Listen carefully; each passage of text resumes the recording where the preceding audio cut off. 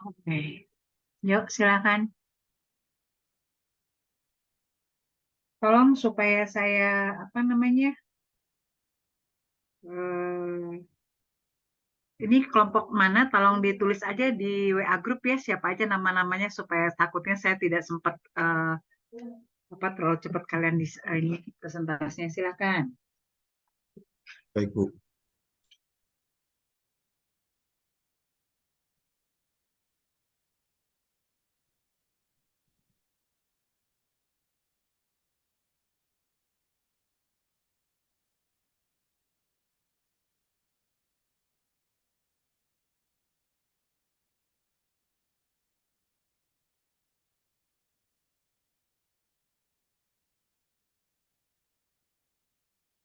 Sebelumnya, apakah sudah ada share screen-nya? Sudah, silakan. Baik, dimulai saja. Assalamualaikum warahmatullahi wabarakatuh. Kami dari kelompok 1 akan mempresentasikan tentang infrared termografi. Saya sendiri, Salman Aparizi, lalu ada rekan saya, Arapi Rizky, lalu ada Dito Adam, M. Ferel, Nabila Zulfa, dan Nida.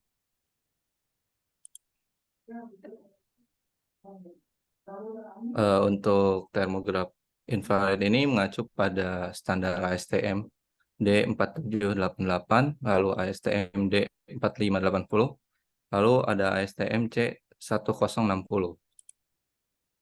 Daftar isinya yaitu yang pertama pengertian infrared termografi, yang kedua cara kerja infrared termografi, yang ketiga standar dan kalkulasi, yang keempat contoh dan kasus implementasi. Langsung saja yang pertama pengertian tentang infrared termografi. Baik, pengertian tentang infrared termografi. Bisa di next. Untuk infrared termografi sendiri itu berasal dari kata-kata berikut. Yang pertama itu infrared merupakan sinar elektromagnetik yang memiliki panjang gelombang lebih panjang dari cahaya yang tampak. Terus ada term merupakan kata yang berasal dari bahasa Yunani yang berarti itu panas. Lalu selanjutnya ada graph yang merupakan tulisan atau bentuk representasi dari suatu proses tertentu. Nah, dari penjelasan di atas dapat disimpulkan bahwa infrared termografi itu merupakan peralatan atau metode yang mendeteksi energi inframerah yang dipancarkan dari suatu objek, lalu mengubahnya menjadi suhu dan menampilkan gambar distribusi suhu. Seperti bisa dilihat pada gambar berikut. Selanjutnya, dalam investigasi forensik bangunan gedung, infrared termografi merupakan suatu sistem pemeriksaan NDT atau non-destructive test dengan menggunakan kamera inframerah untuk memonitor temperatur atau suhu yang dipancarkan suatu objek atau benda. Tujuan memonitor temperatur atau suhu pada suatu objek ini adalah untuk mendeteksi ada atau tidaknya penyimpangan temperatur atau suhu pada objek tersebut. Nah, penyimpangan ini tadi merupakan gejala awal atau penyebab kerusakan pada suatu objek. Selanjutnya, berikut adalah aplikasi infrared termograf. Yang pertama itu pada kebocoran udara bisa dilihat ada suhu yang leaking atau bocor pada jendela tersebut. Terus kalau misalkan alatnya ditembakkan lagi ke area lain, kalau di atap itu bisa dilihat ada leaking di atapnya, menunjukkan kelembapan yang ada di atap. Selanjutnya,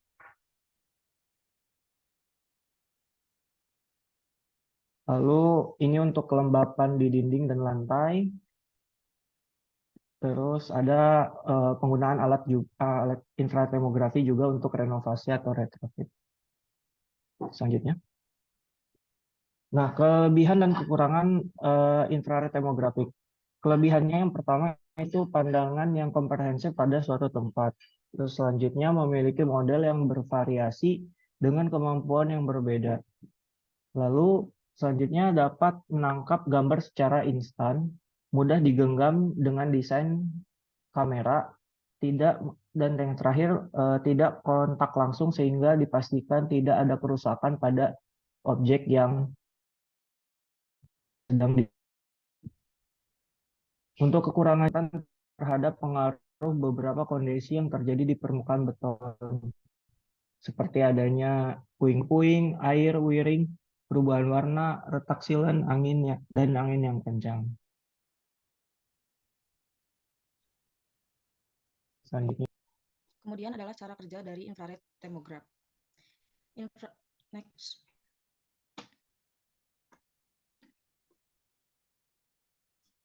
Infrared thermograph telah terbukti akurat dan efisien dalam menemukan rongga, delaminasi, dan cacat Nabila, lainnya suaranya pada bisa lebih keras, Nabila.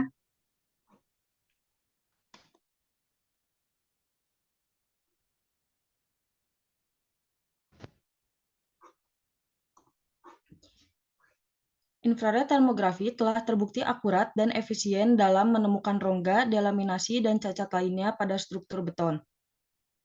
Hal ini didasarkan pada prinsip bahwa panas mengalir secara perlahan melalui rongga dan delaminasi dibandingkan melalui beton padat tanpa kerusakan.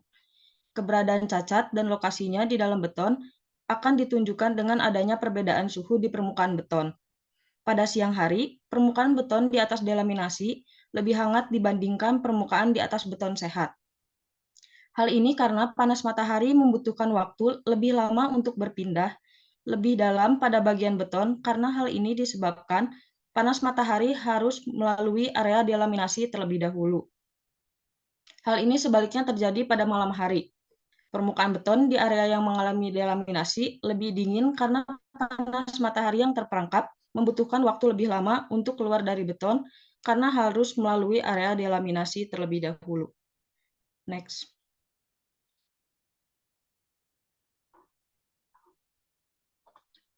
Teknik ini dianggap cocok untuk pemeriksaan awal struktur beton dalam area yang luas untuk mengetahui keragaman mutu beton dan untuk mengindikasikan lokasi-lokasi pada struktur beton yang diperkirakan mengalami kerusakan.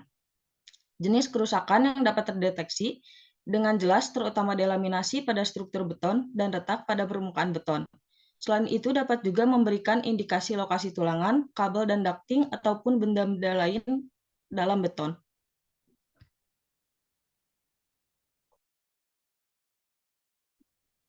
Selanjutnya ini contoh penggunaan dari infrared thermography di jembatan. Patch terang di sisi garis vertikal itu di foto yang sebelah kiri di bawah menunjukkan variasi keragaman mutu beton. Garis vertikal yang berwarna biru itu biru gelap dalam gambar merupakan alur vertikal di pier. Perbedaan warna yang ada menjadi indikasi perbedaan mutu beton dan juga indikasi kemungkinan adanya kerusakan di dalam beton. Selanjutnya, dibuat zoning berdasarkan perbedaan warna yang diperoleh dari thermal imaging tersebut. Untuk selanjutnya dilakukan tes NDT lainnya secara lebih detail guna mendapatkan nilai mutu beton berdasarkan zoning yang dibuat.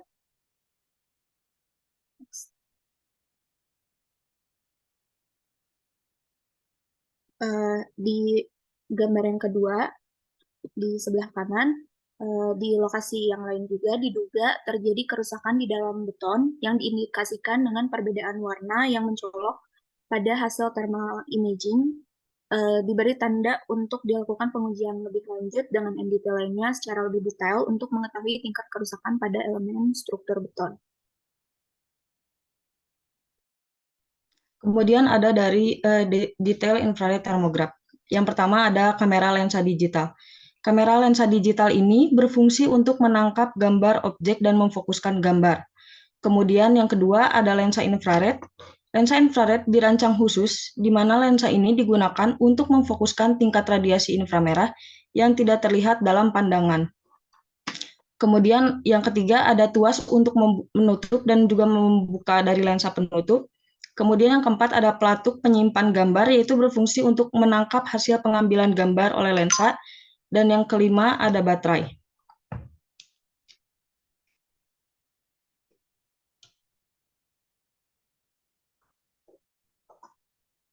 Next. Kemudian ada juga di sini dari bagian depannya yaitu ada layar kamera. Layar kamera ini berfungsi untuk menampilkan hasil tangkapan lensa, yaitu kemudian indikator baterai, suhu, dan menu. Kemudian juga ada tombol arsip di nomor 2 yaitu berfungsi untuk membuka tempat penyimpanan gambar. Yang ketiga ada tombol navigasi berfungsi untuk mengarahkan kursor sesuai keinginan pengguna. Kemudian yang keempat ada tombol pembatalan, dan yang kelima adalah tombol power untuk menyalakan maupun mematikan alat.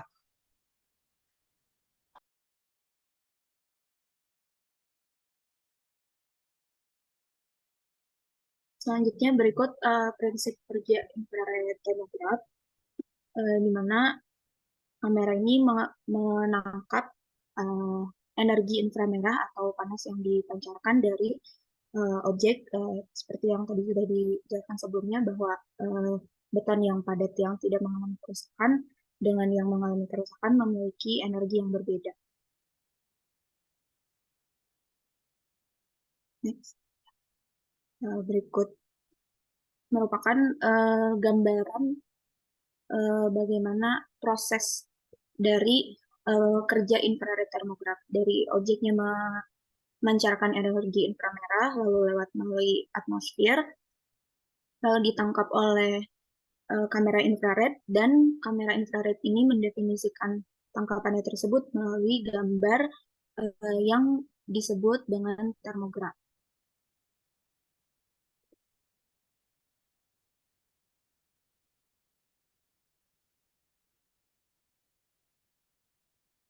Selanjutnya ini adalah prinsip kerja infrared thermograph, itu ada dua, yaitu ada aktif dan juga pasif. Yang aktif ini menggunakan sumber radiasi infrared eksternal dan dapat diperoleh melalui pemanasan eksternal. Untuk aktif termografi ini sering dipilih untuk memeriksa bagian di dalam bangunan. Selanjutnya, untuk pasif termografi ini menggunakan radiasi matahari secara langsung, dan metode ini tidak memerlukan pemanasan eksternal sehingga sering digunakan untuk memeriksa bagian luar bangunan, terutama untuk diagnosis bangunan.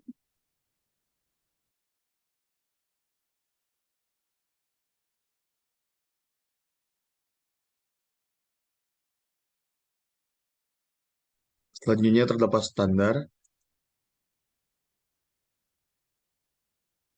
Untuk standar itu sendiri telah disebutkan pada PPT tadi, terdapat ASTM 4580, 4788, dan ASTM C 1060. Untuk pengukuran infrared termografi ini terdapat prasyarat pengukuran. Yang pertama ada criterion distance atau kriteria jarak antara alat pembaca sensor dengan objek. Dua, instantaneous field of view atau rentang jarak maksimum antara sensor dengan objek. Dan ketiga, minimum resolvable temperature difference atau beda suhu minimum antara objek dengan suhu sekitarnya. Selanjutnya,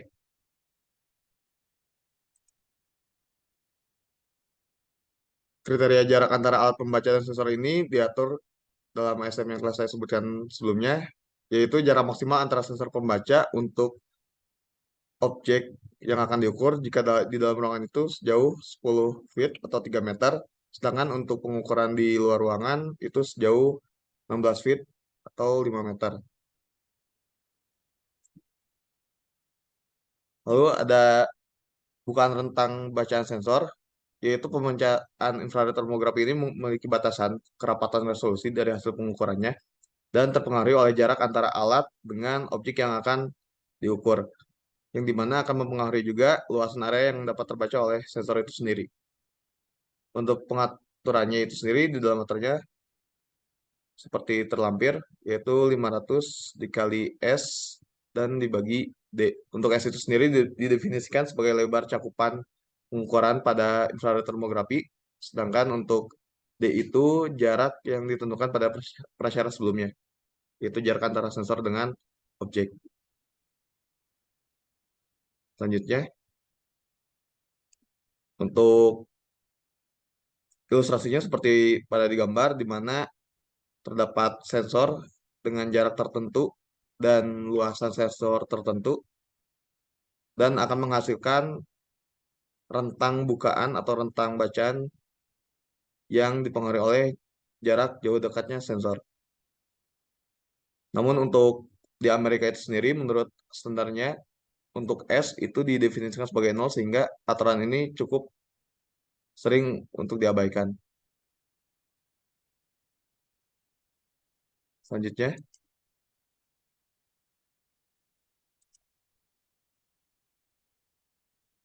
terdapat minimum observable temperature difference atau beda suhu minimum antara objek dengan suhu sekitarnya.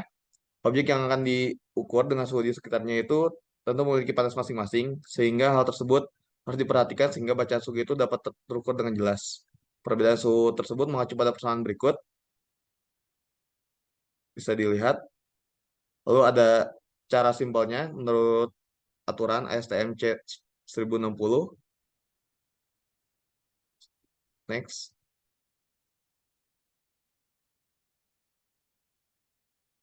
Nah, perbedaan suhu tersebut bisa diambil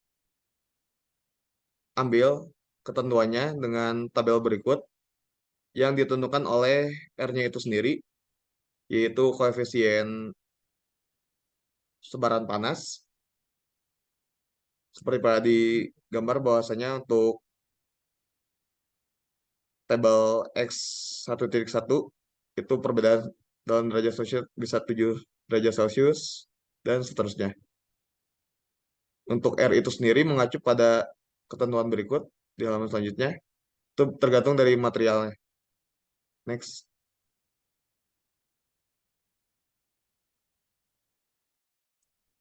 Next. Bisa Nah, tergantung pada material yang akan diukur atau sebagai objek ukurnya. Tergantung pada thermal resistance-nya untuk R itu sendiri. Untuk konkrit atau beton bertulang itu ada di 2 meter persegi Kelvin per tuan watt.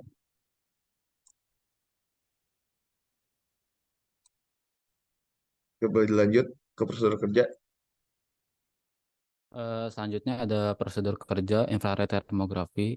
Memang dalam pengujian infrared termografi ini faktor utamanya itu tentang suhu ya. Jika suhunya itu tidak stabil, maka hasil yang dilakukan pengujian itu juga tidak akurat. Nah, di sini prosedur kerja infrared termografi ini menurut ASTM D4788. Di mana yang pertama, pastikan pada permukaan beton tidak ada puing. Yang kedua, pastikan beton dalam keadaan kering selama 24 jam. Lalu selanjutnya adalah lakukan scanning secara berkelanjutan dari pangkal hingga ujung.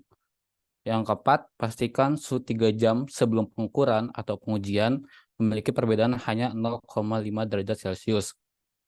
Yang kelima, gunakan skala pengukuran suhu dengan ketelitian 0,1 derajat Celcius. Lalu jangan melakukan pengukuran apabila kecepatan angin mencapai 30 mph atau 50 km per jam. Lalu tidak diperkenankan melakukan pengukuran ketika suhu udara mencapai 0 derajat Celcius karena akan mengalami kesalahan pengukuran sesuai suhu pada permukaan beton. Lalu selanjutnya sebagai acuan, kondisi terbaik untuk melakukan pengukuran adalah ketika suhu udara 20 derajat Fahrenheit dan kecepatan angin sebesar 15 mph atau 24 km per jam. Selanjutnya. Lalu di sini hal yang harus diperhatikan dalam pengujian infrared termografi ini, yang pertama ada massa thermal struktur, yang kedua ada serapan matahari pada fitur permukaan, yang ketiga naungan permukaan yang tidak merata, misalnya karena pepohonan atau bangunan lain. Lalu yang selanjutnya ada sudut fitur fasad dan sudut mataharinya. Selanjutnya ada contoh kasus dan implementasinya. Di mana untuk pengujian infrared termografi ini, contohnya itu pada gedung kuliah pendidikan terpadu Politeknik Negeri Manado. Di mana bisa dilihat ada foto visual dan thermal hasil dari pengujian infrared termografi. Tanda kotak yang berwarna merah ini pada di atas yaitu bangunan yang memiliki mutu beton yang beragam. Dapat dilihat dari perbedaan warna yang diambil oleh infrared thermal. Jadi bisa dilihat bahwa pada bagian struktur bangunan ini memiliki kerusakan berupa voids atau lubang retak pada struktur existing. Jadi pengujian infrared termografi ini sebagai indikasi terjadi kerusakan dan nanti dilanjutkan atau diverifikasikan lebih lanjut dengan pengujian NDT atau non-destructive test seperti hammer test dan lain-lain. Selanjutnya. Nah, berikut referensi dari tugas kami. Yang pertama ada A Practical Guide to Infrared Thermography for Building Survey tahun 1992. Terus ada Fluke 2011 Thermal Imaging Basic for Building Inspection and Infrared Building Inspection Guidebook. Selanjutnya.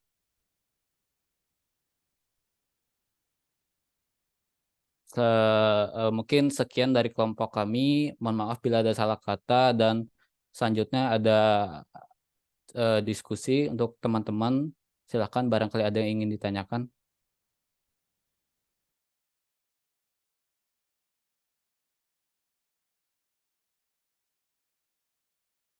Silakan pertanyaan maksimum 5 orang ya. Yuk, monggo.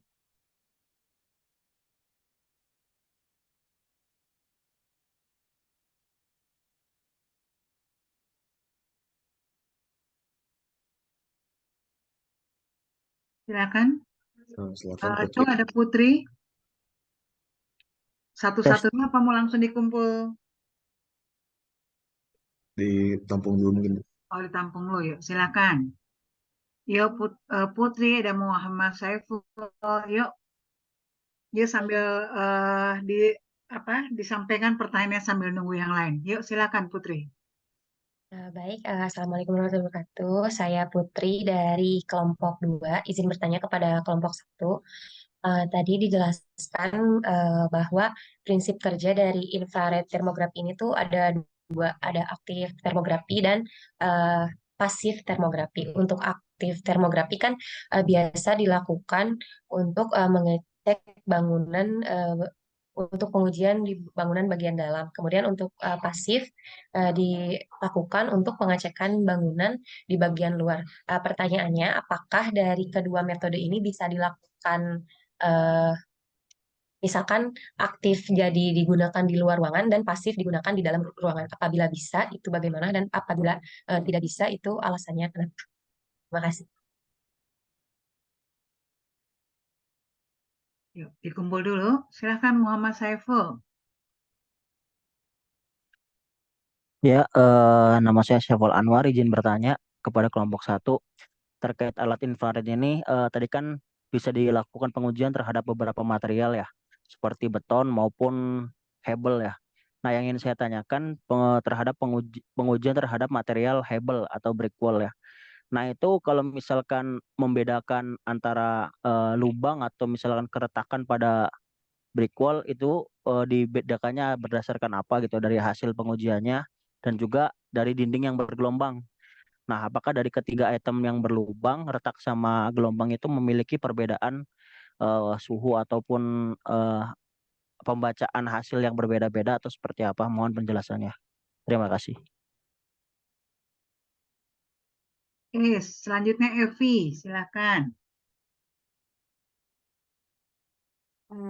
Perkenalkan, saya Evi dari kelompok 4. Izin bertanya kepada kelompok 1. Tadi kan dijelaskan jangan melakukan pengujian pada saat kecepatan angin 30 mph ya. Nah, itu jika dilakukan di kecepatan angin yang lebih dari itu, untuk pengaruhnya itu seperti apa ya?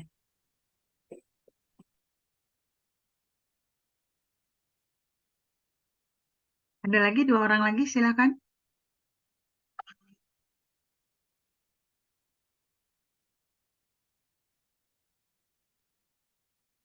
Ada lagi? Oke, kalau tidak ada, mungkin 3 dulu silakan dijawab kelompok 1.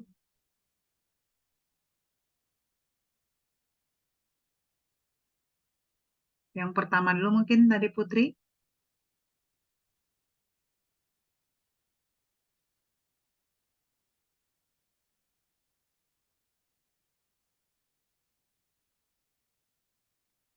mungkin bisa mulai menjawab, Feral? Sebentar Bu, lagi dicari jawabannya.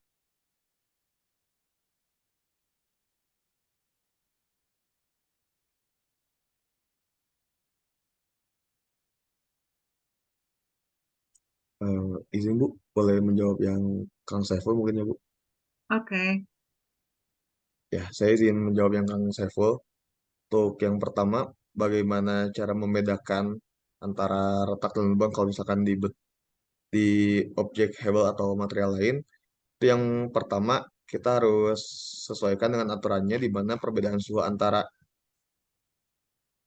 non-objek atau suhu udara dengan suhu objeknya itu sendiri harus sesuai dengan aturan pada tabel tadi, yang ada 3 tabel dengan ketentuan thermal resistance yang berbeda-beda.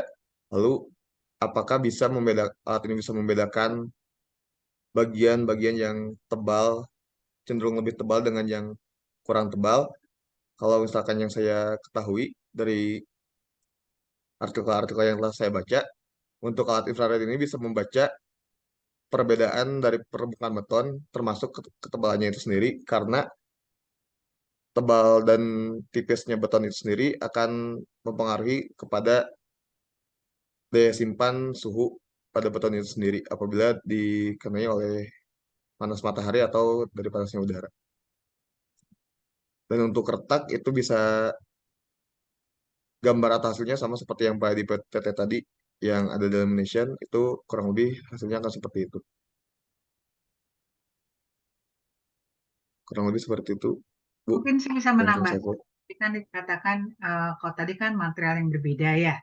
Nah, tadi kan kerusakannya macam-macam nih, ada yang retak, ada lubang atau honeycomb gitulah ya. Nah, itu output yang kalian lihat itu tadi kan ada warna-warni ya, atau apa tadi energinya ya, apa tadi sebentar.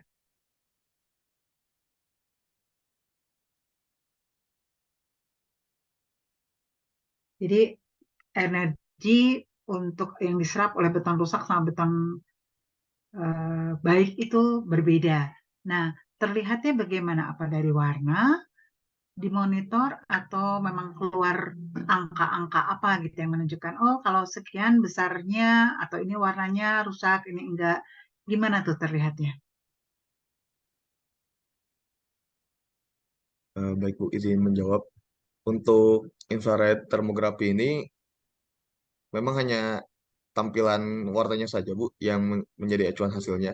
Itu pun yang menjadi acuannya adalah beton-beton yang di sekitarnya, yang dimana diindikasikan bahwa itu beton normal, sedangkan ada warna-warna yang berbeda dari beton sekitarnya, maka itu terindikasikan terdapat keabnormalan dari beton itu sendiri, baik itu delamination ataupun eh, ketidakmerataan mutu betonnya itu sendiri.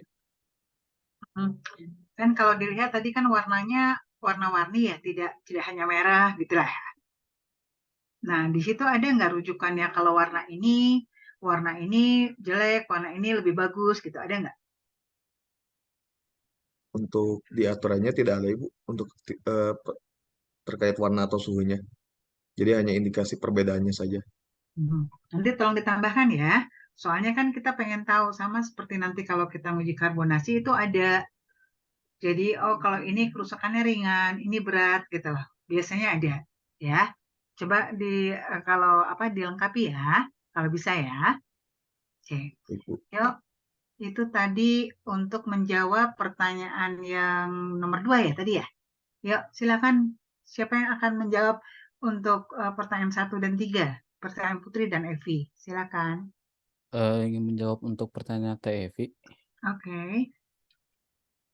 Tadi pertanyaan Tevi itu tentang apa namanya prinsip kerja ya, prosedur kerja. Jangan melakukan pengukuran apabila kecepatan angin mencapai 30 mph. Penyebabnya apa? Jadi emang di prosedur di infrared termografi ini dalam pengujian ini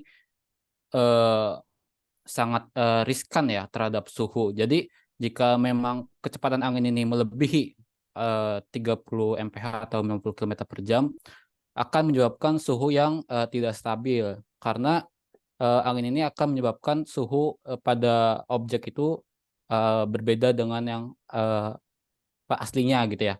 Jadi dari prosedur kerja infrared termografi ini memang suhu 3 jam sebelum pengukuran ini memiliki perbedaan hanya 0,5 derajat Celcius. Jadi kalau memang dilakukan pengujian apa namanya tidak sesuai dengan prosedur, nanti akan menghasilkan apa namanya visual yang tidak akurat gitu ya. Jadi memang sangat riskan untuk pengujian infrared termografi ini.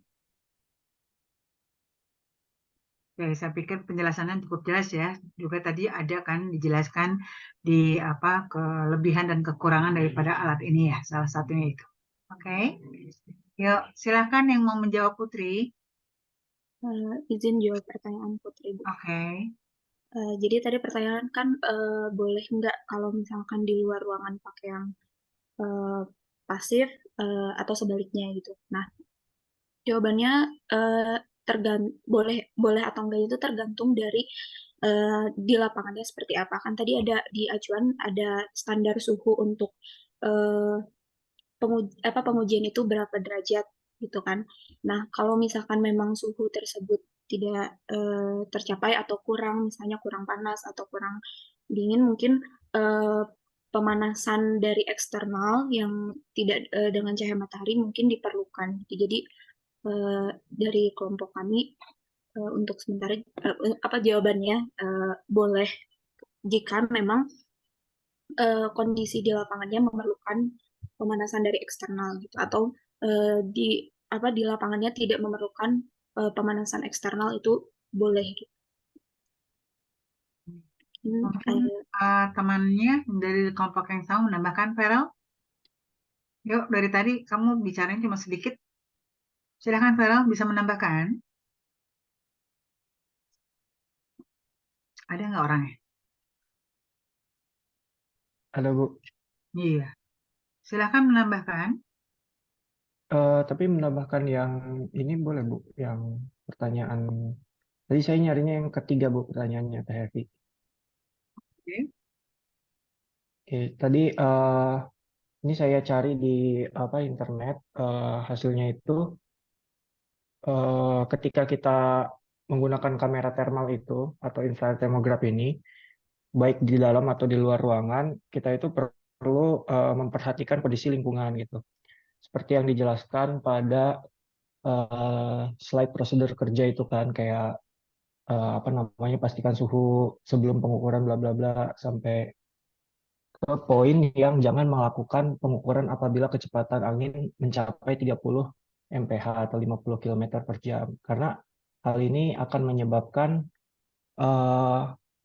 adanya konveksi paksa entah dari angin atau kipas angin atau bahkan pompa di sekitar lokasi pengujian kita dan hal-hal tersebut akan mempengaruhi suhu pada target atau objek kita nanti. Terus itu aja sih, Bu, kalau tambahan dari saya. Salman, mungkin ada yang ditambahkan, Salman?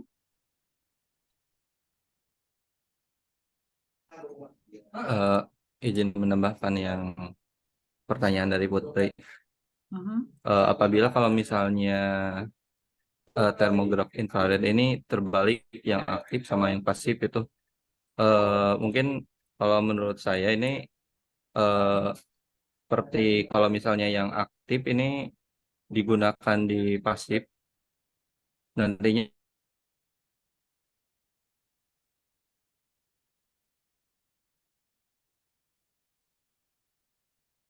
Suaranya mati ya? Bagaimana?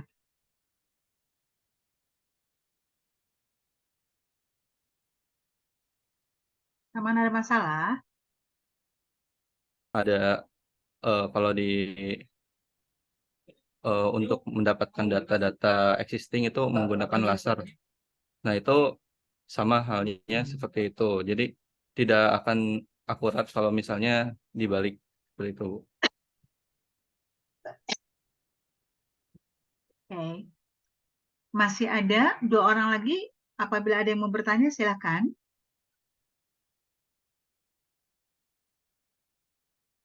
Oke. Kalau tidak ada, mungkin kita cukupkan untuk kelompok ini. Itu ada yang mau bertanya, Tria, silakan. Tria, silakan Tiara. Tria. Bu, gini. Jadi kan kalau tadi kan di infrared thermometer itu tergantung suhu yang Tria, bisa lebih jelas suaranya Tria? Dan kayaknya ada orang lain bicara juga ya? Iya, bentar, bentar. Bentar.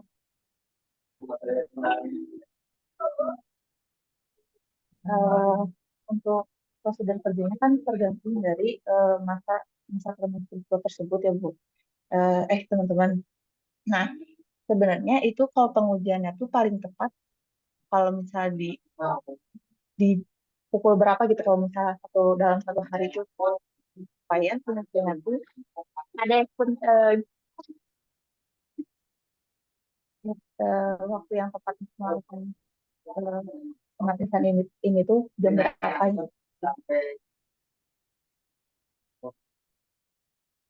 Bisa ketangkep nggak? Soalnya kalau saya kurang ketangkep. Yang ditanya bisa ketangkep pertanyaannya Tria. Mohon izin. Oke, Nabila. Untuk pertanyaannya, apakah waktu terbaik untuk melakukan pengujian? Iya, itu waktu terbaik Oh, iya. untuk dapat hasil yang optimal. Baik. Izin menjawab, waktu terbaik untuk surveinya itu antara 5-9 jam setelah matahari terbit atau sekitar jumlah jam yang sama setelah matahari terbenam, agar tidak terlalu panas maupun terlalu dingin.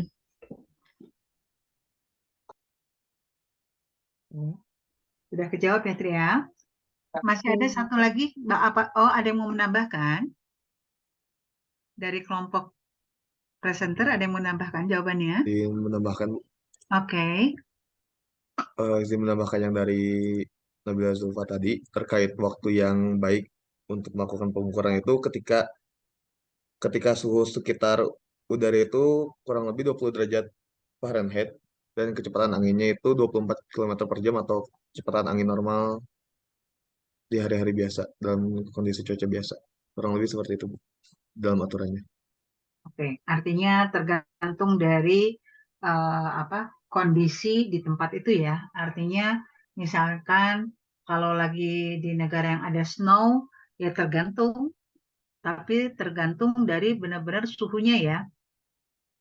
Walaupun misalnya sekian jam setelah matahari terbit, kalau dia tidak terbitnya tidak panasnya atau suhunya tidak memenuhi ya tidak bisa dilakukan, intinya seperti itu ya. Iya Bu, betul. Ada lagi satu orang penanya lagi kalau ada yang mau bertanya. Oke, kalau tidak kita sudahi untuk kelompok ini. Tolong untuk kelompok ini kalau bisa ya upayakan. Tadi sudah cukup baik kamu memperlihatkan pengujian yang dilakukan di Politeknik Negeri Manado. Namun penjelasannya kurang jelas. Entah mungkin tadi mata saya kurang jelas gitu. Kamu bilang ada garis, saya nggak kelihatan garisnya di mana gitu lah ya. Nah coba dibuat kan nanti kan kamu bikin report ya. Nah coba dijelaskan. Saya nyuruh kalian bikin report apa di PPT-nya aja? Halo. Di PPT aja, Bu. Oh, di PPT. Oke, kalau gitu di PPT-nya kamu tambahkan. Kayak tadi misalnya kalau kamu memang ada data yang tadi Politeknik Negeri Manado itu lebih jelas, kamu jelaskan gitu. Kayak tadi, oh ini menunjukkan retak. Nah, apa yang menunjukkan retak gitu lah. Apa tadi kan kelihatan membedakan dua warna ya. Apa gimana? Dijelaskannya lebih jelas, bisa dilengkapi? Kalau misalnya kamu nggak dapet itu, kamu cari contoh yang lain yang memang betul-betul hasil investigasi dia jelaskan sejelas-jelasnya. Bisa dilengkapi? Dicoba ya. Baik Ibu. Yuk, kita kasih aplaus untuk mereka. Yuk, silakan kelompok kedua. Selanjutnya silakan. Ini hasil presentasi dan revisi PPT di submit minggu depan ya. Silakan kelompok selanjutnya siapa?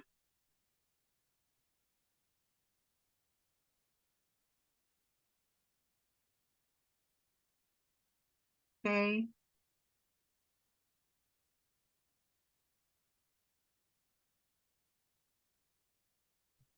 Assalamualaikum Yuk, warahmatullahi silakan. wabarakatuh.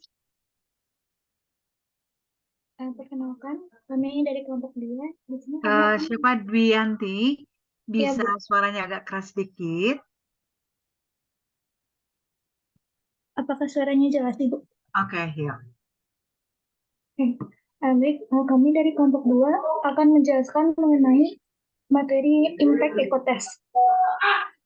Bisa di next. Kami beranggotakan saya Dwianti Kesna Samsia, rekan saya Gabriela Virginia, Gina Khairiyah, Putri Lutfia, Salsa Adina Putri, dan Sudihartono Supendi. Pokok bahasan yang akan kami terangkan, yang pertama mengenai standar acuan, lalu definisi prinsip kerja, tujuan pengujian, alat dan bahan pengujian, prosedur pengujian, dan contoh analisis hasil dari pengujiannya.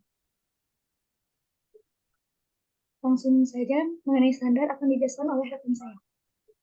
Baik, untuk yang pertama, standar dari pengujian ini adalah menggunakan ASTM C138315 dengan judul Standard Test Method for Measuring the P-Wave Speed and the Thickness of Concrete Plates using the Impact Echo Method. Yang selanjutnya adalah mengenai definisi dan prinsip kerja.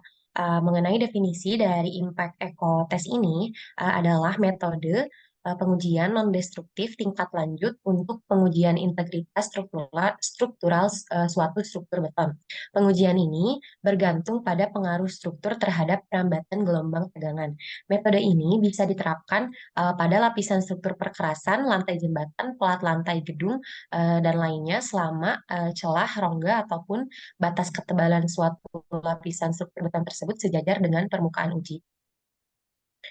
Kemudian untuk prinsip kerjanya di sini di balik teknik ini prinsip kerjanya adalah mengeksistensi elemen beton menggunakan steel ball impactor dan memantau rambat gelombang pada beton yang diuji. Saat perambatan gelombang mencapai celah atau rongga dari benda uji atau pelat beton, gelombang akan dipantulkan. Kemudian gelombang yang memantul ini akan kembali ke permukaan beton dan akan ditangkap serta dibaca oleh transducer, kemudian akan ditampilkan pada osiloskop digital. Hasil pembacaan ini berupa voltage waktu yang selanjutnya secara digital akan ditransformasi menjadi bentuk grafik hubungan antara amplitudo versus frekuensi, di mana frekuensi dominan muncul sebagai puncak pada spektrum yang dihasilkan dari pengujian.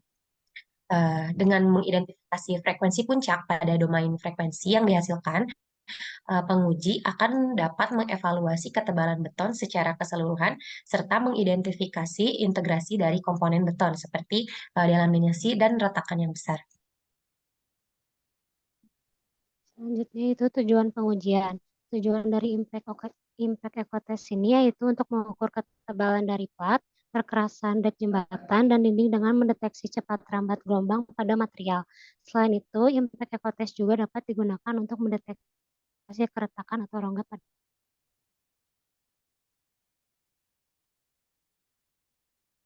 Selanjutnya,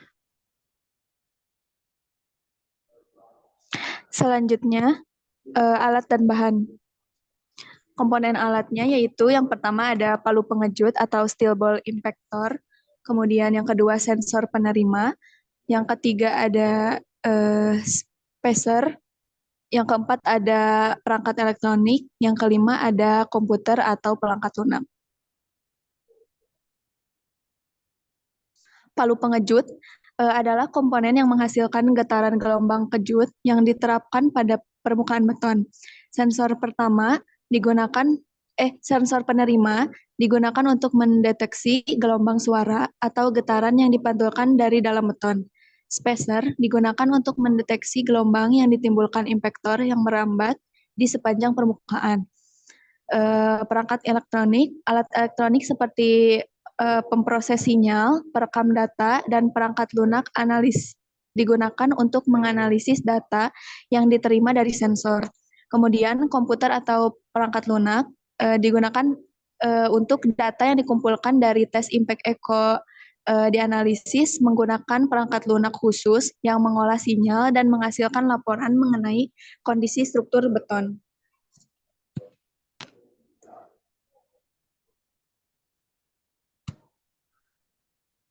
Untuk ukuran diameter steel ball sesuai dengan ketebalan beton seperti pada tabel.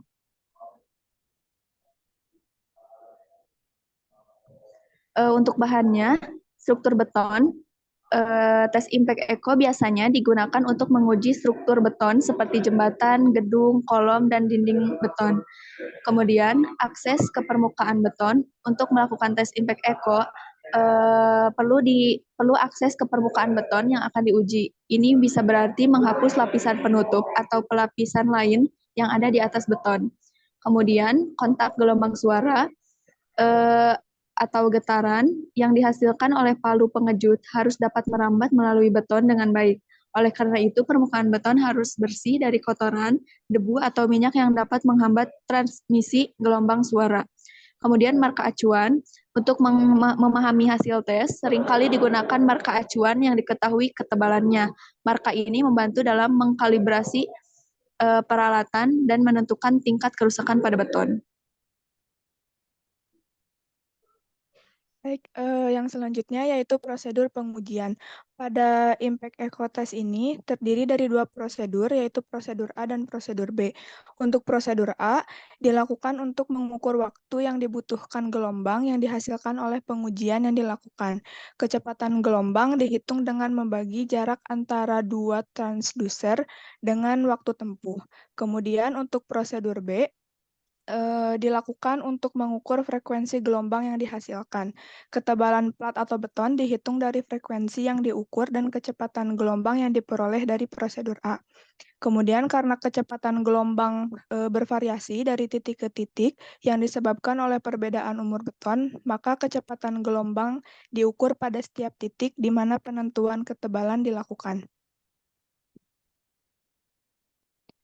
Untuk prosedur A, tahapannya yang pertama, rakit peralatan yang terdiri dari transducer, impactor, dan spacer, kemudian pastikan alat tersebut berfungsi dengan baik. Lalu, pasang kedua transducer pada spacer, atau jika tidak ada spacer, atur jarak transducer antara transducer A dan transducer B sebesar 300 mm. Kemudian, jika pada permukaan betonnya ini permukaannya beralur atau terdapat retakan, pengujian dilakukan sejajar dengan alur tersebut dan retakan tersebut. Next. Lalu, atur titik pukul permukaan beton atau impactor sejajar dengan dua buah transducer yang berjarak kurang lebih 150 mm dari transducer A atau transducer B. Kemudian siapkan sistem akuisisi data dengan parameter data yang benar. Kemudian dilakukan pengujian, lalu periksa bentuk gelombang yang diperoleh. Jika bentuk gelombang dari kedua transducer valid, simpan data untuk analisis selanjutnya. Gelombang yang dihasilkan ini dihasilkan dengan waktu yang berbeda. Next. Kemudian untuk cepat rambat gelombang ini dapat dihitung dengan rumus CP sama dengan L per delta T, yang dimana L-nya tersebut jarak terukur antar dua transducer dan delta T merupakan waktu tempuh.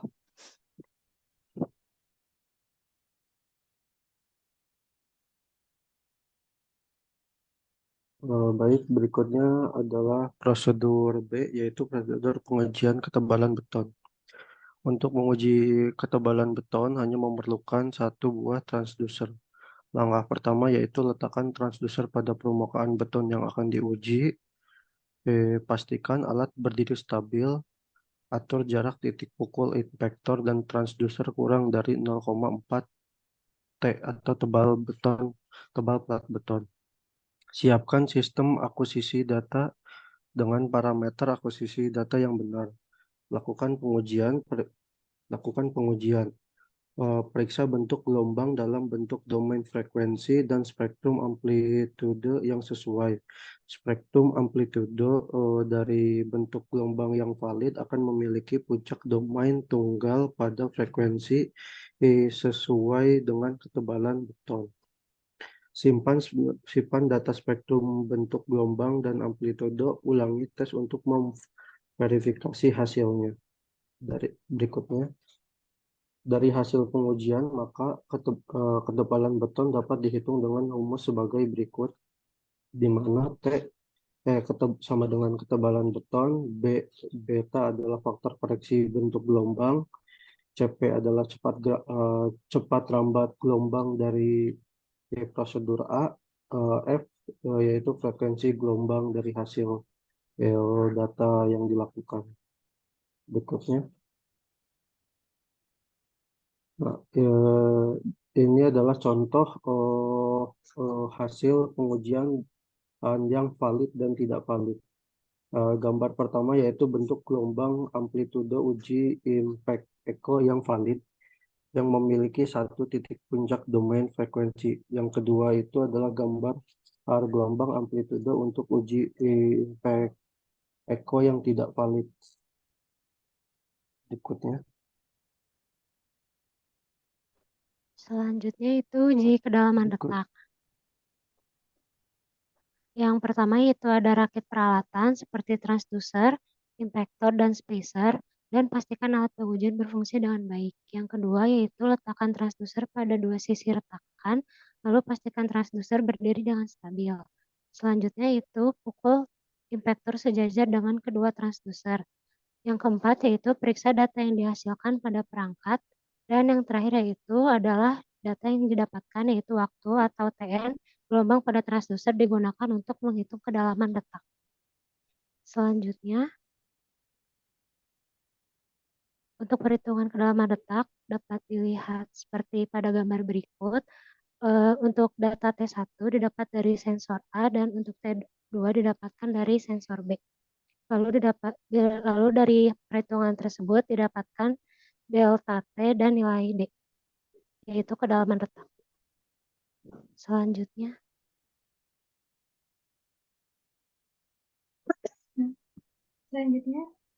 mengenai contoh analisis hasil pengujian. Yang pertama mengenai beton solid. Nah, diketahui tebal beton 250 mm dan pada spektrum berisi puncak amplitudo tunggal pada frekuensi sebesar 7,84 kHz di kedalaman 100% tebal plat dan cepat lambat gelombang sebesar 3.920 meter per detik.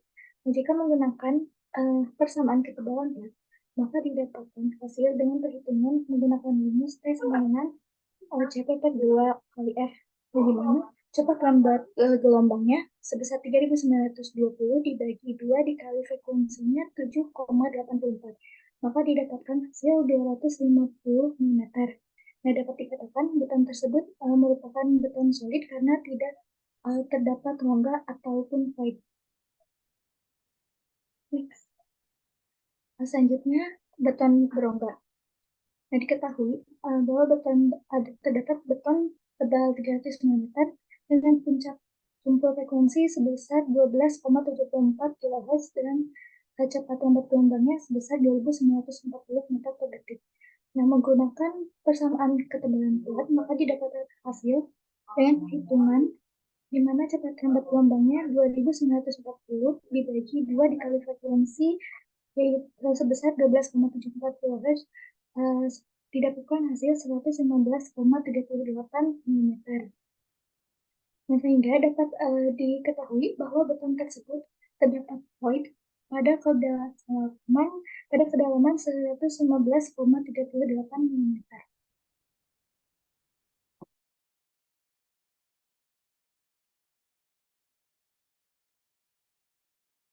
Kemudian dari pengujian impact echo ini didapat kesimpulannya didapat ketebalan plat, perkerasan, dek jembatan dan dinding serta lokasi keretakan atau rongga pada beton berdasarkan cepat rambat gelombang dan frekuensi gelombang. Uji impact EO ini dikatakan valid jika gelombang memiliki puncak dominan tunggal.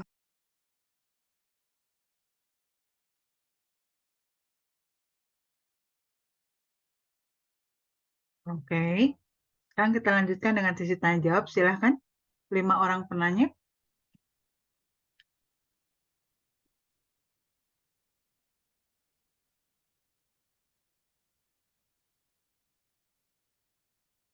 Silahkan.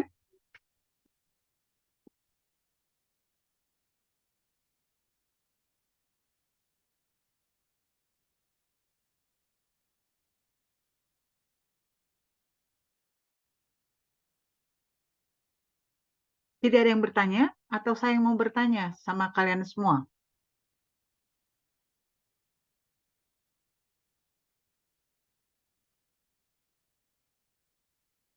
Semua sudah jelas?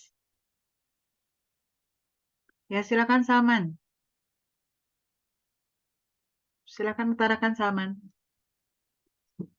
Izin bertanya, apa perbedaan pengujian ini sama pengujian Pundit?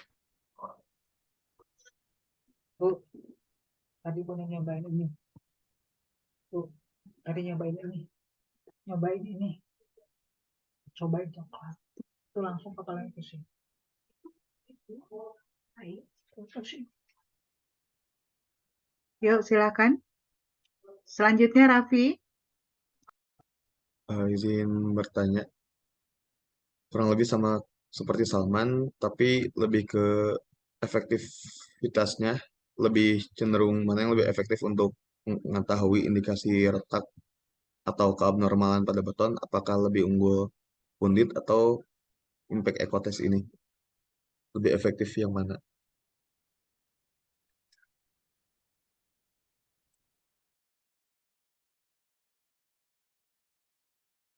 Silahkan 3 orang penanya lagi.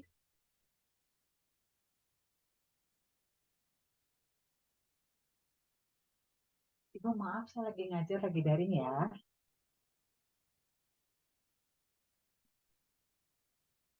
Yuk, silahkan.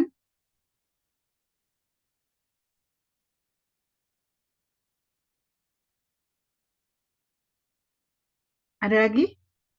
Yuk, kalau gitu jawab dulu sambil mungkin menunggu yang bertanya. Silakan. Ayo, the presenter mau jawab yang punya Salman dulu atau punya Raffi dulu, silakan. Karena pertanyaannya mirip ya sebetulnya ya.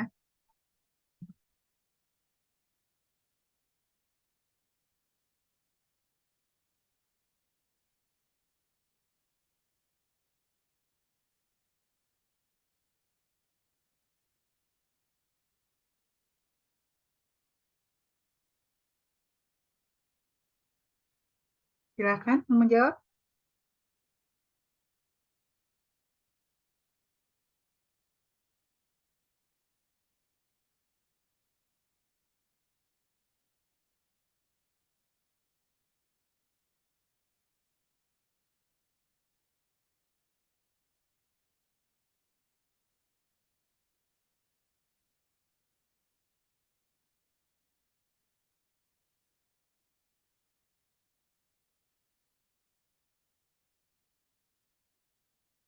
Mohon waktunya, Bu, masih didiskusikan. Oke.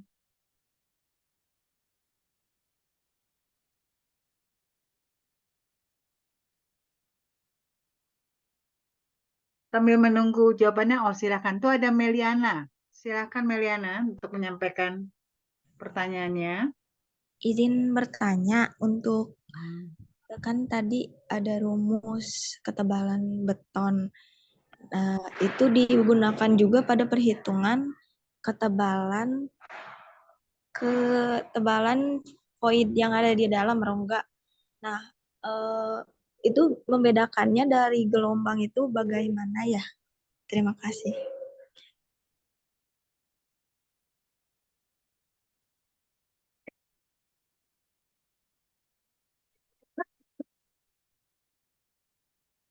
Mungkin grup udah ada yang bisa dijawab dari 3 pertanyaan tadi.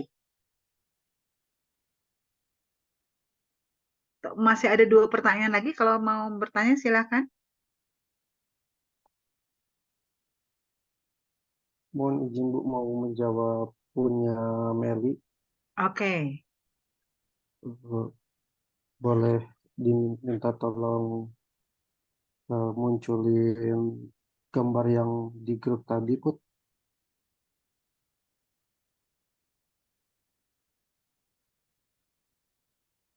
Baik, sebentar.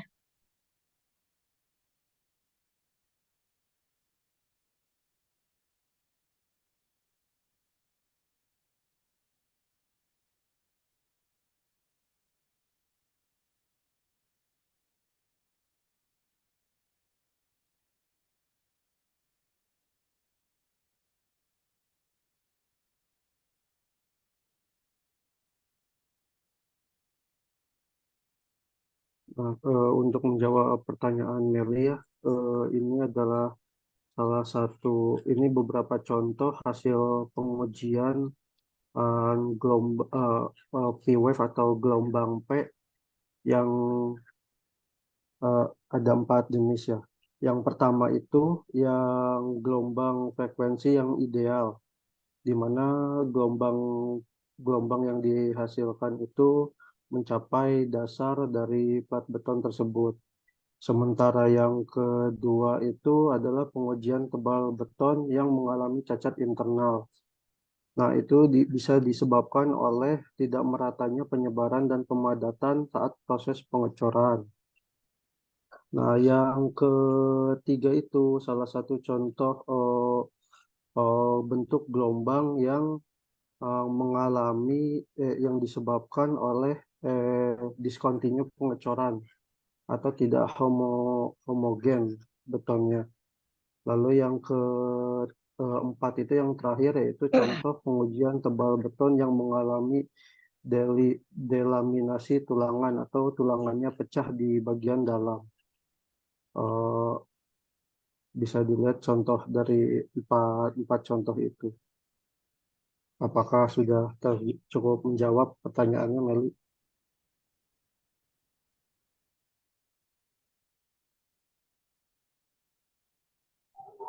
Dari saya cukup.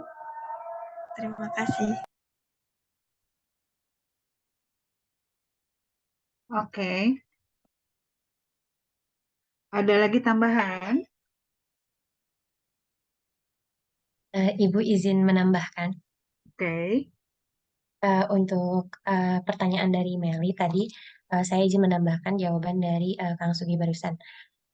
Tadi kan pertanyaan dari Meli itu rumus yang digunakan pada pengujian ketebalan beton itu kenapa digunakan juga pada rumus untuk mendeteksi rongga pada beton.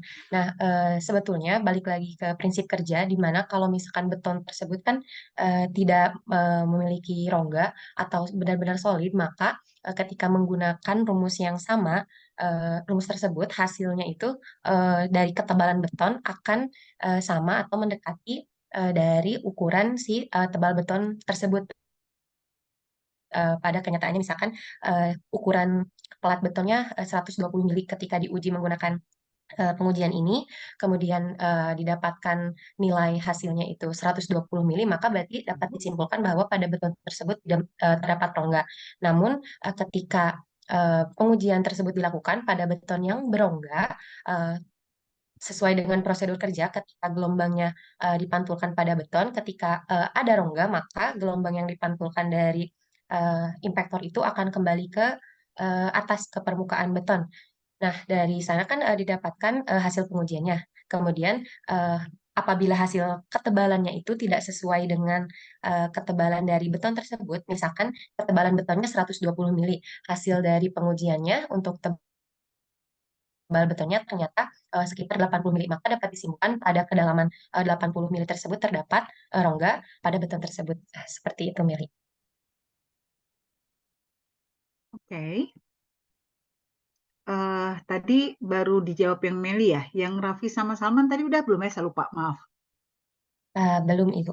Oke. Ini ada satu lagi mungkin sambil menunggu. Ada pertanyaan dari Nisa. Silakan Nisa disampaikan. Izin bertanya kepada kelompok 2. Tadi kalau tidak salah ada di penjelasannya ada hasil yang valid dan tidak valid. Nah, untuk itu maksud tidak validnya itu bagaimana ya? Apakah pengujiannya gagal atau bagaimana dan faktor apa yang menyebabkan mengapa hasil dari pengujiannya tersebut tidak valid? Mungkin segitu deh sih. Terima kasih.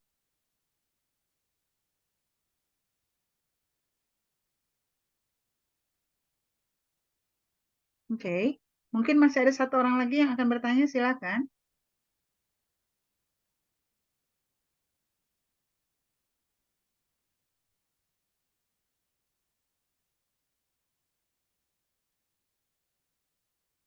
Oke, yang lain sudah bisa menjawab, silakan. Yang bisa menjawab pertanyaan dari Salma dan Raffi, juga yang dari Nisa, silakan. Jangan terlalu lama ya, supaya waktu kita efektif ya.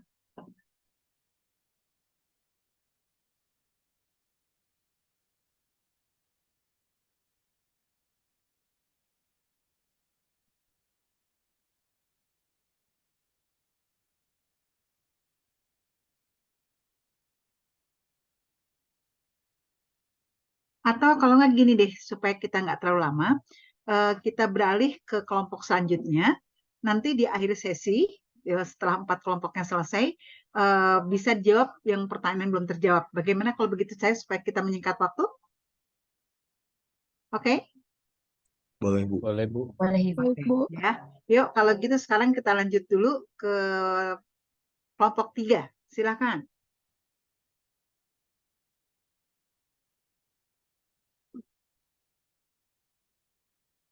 Mohon izin, apakah share screen-nya sudah terlihat?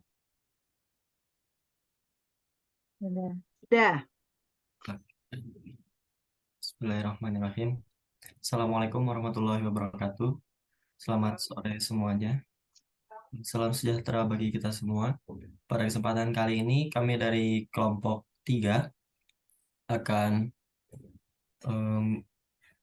membawakan suatu materi yaitu RCPT atau Rapid Chloride Permeability Test atau uji penetrasi klorida. Dengan saya sendiri, Anang Rizal Faizin, dan rekan-rekan saya ada Dinargit Islami, Nisa Handayani, Raihan Ahsan, Safira Edina, dan Tria Febi.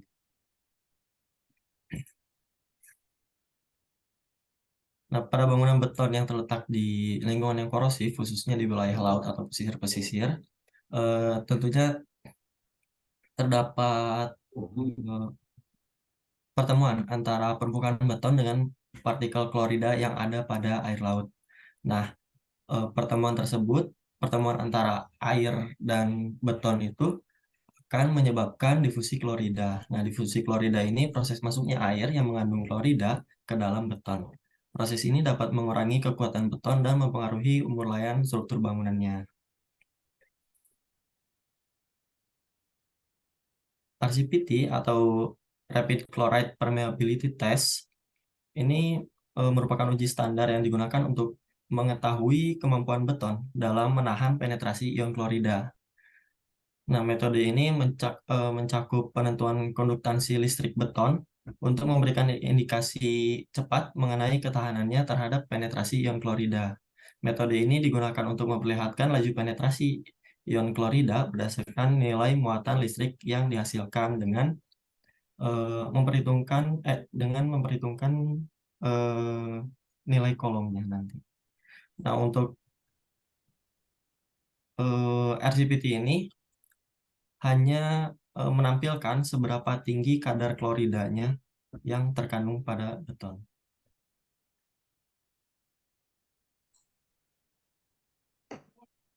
Baik, selanjutnya yaitu ada standar acuan dari RCPT atau Rapid Chloride Permeability Test. Di sini ada yang pertama AASHTO T277, Standard Method of Test for Rapid Determination of the Chloride Permeability of Concrete. Yang kedua ada ASTM C1202 yang berjudul Standard Test Method for Electrical Indication of Concrete Ability to Resist Chloride on Ion penetration. Next. Adapun output pengujian dari RCPT ini atau Rapid Chloride Permeability Test, yaitu di sini ada perhitungan nilai kolom yang dilakukan berdasarkan aturan trapesium dengan rentang waktu yaitu 30 menit dengan rumus Q sama dengan 900 itu sebagai pengali I0 merupakan arus listrik awal pada saat listrik dialirkan ke benda uji, kemudian untuk I30 dan I60 sampai selanjutnya itu merupakan arus listrik saat rentang waktu 30 menit setelah listrik dialirkan ke benda uji. Kemudian berdasarkan nilai kolom yang diperoleh dari rumus sebelumnya, ini ada kita bisa melihat laju penetrasi ion klorida yang masuk ke dalam benda uji, yaitu apabila nilai kolom lebih dari 4.000, maka laju penetrasi ion klorida tergolong tinggi. Kemudian apabila hasil kolom 2.000 sampai 4.000, maka laju penetrasi ion klorida sedang. Sedangkan apabila nilai kolom 1.000 sampai 2.000, nilai laju penetrasi ion klorida tergolong rendah. Dan apabila hasil kolom 100 sampai 1.000, maka laju penetrasi ion klorida sangat rendah. Dan terakhir, apabila nilai kolom yang diperoleh kurang dari 100 ini, laju penetrasi ion klorida bisa diabaikan karena sangat rendah. Selanjutnya akan disampaikan oleh rekan saya. Untuk selanjutnya, alat yang digunakan untuk pengujian RCPT ini, yang pertama ada tabung vakum saturasi. Ini mungkin nanti jika dilihat dari prosedurnya akan sedikit terdapat perbedaan, karena ini fotonya diambil dari sumber yang pertama, yaitu ASTM C1202, jadi mungkin terdapat perbedaan atau perkembangan untuk alat yang digunakan saat ini. Nah, untuk tabung vakum saturasi ini terdiri dari beberapa bagian. Yang pertama ada corong pemisah atau separatory funnel, water trap, gelas kimia, breaker glass atau manometer, desikator, dan aspirator.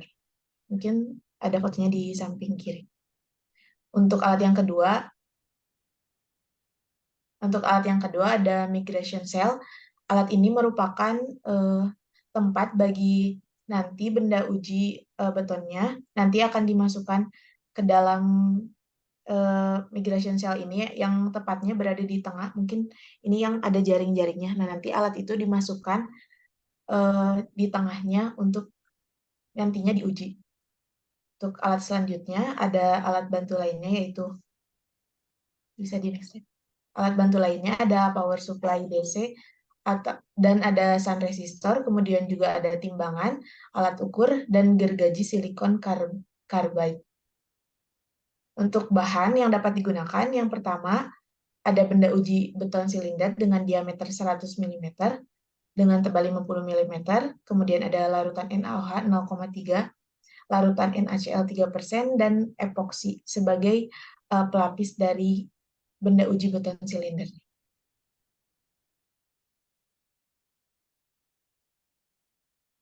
Untuk selanjutnya itu ada prosedur pengujian RCPT. Yang pertama itu adalah menyiapkan sampel uji beton berbentuk setebal 50 cm.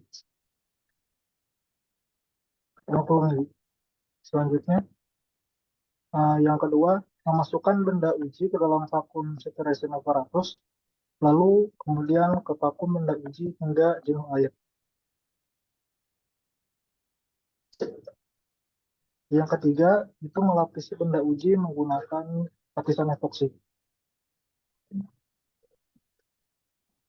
Nah, selanjutnya adalah meletakkan benda uji pada migration cell.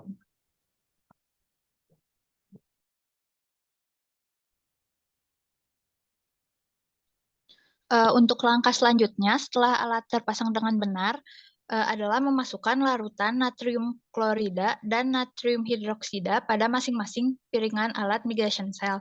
Jadi untuk piringannya itu ada 2 dan masing-masing diisi oleh larutan yang berbeda.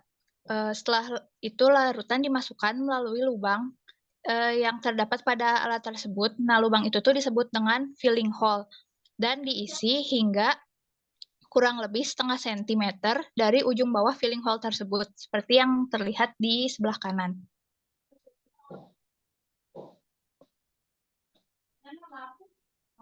Nah, setelah pengisian larutan dilakukan, maka alat migration cell dapat dihubungkan ke power supply menggunakan kabel penghantar dan kemudian diatur pada tegangan 60 volt.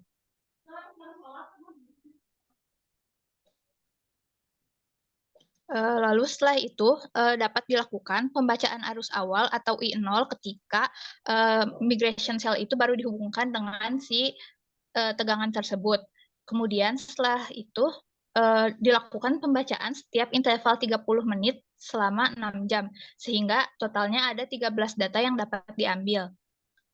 Setelah pengambilan data itu selesai, maka dilakukan kalkulasi pengolahan data berupa perhitungan nilai kolom sehingga kandungan klorida yang terpenetrasi pada beton dapat diidentifikasi.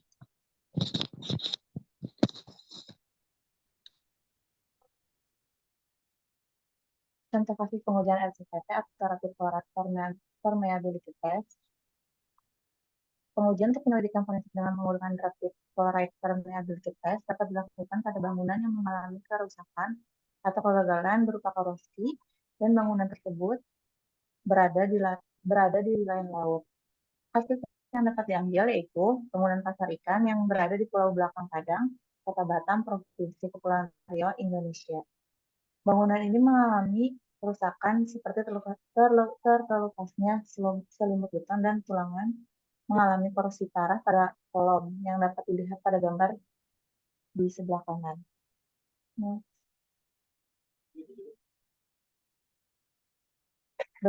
Berdasarkan pengujian LCPT tersebut,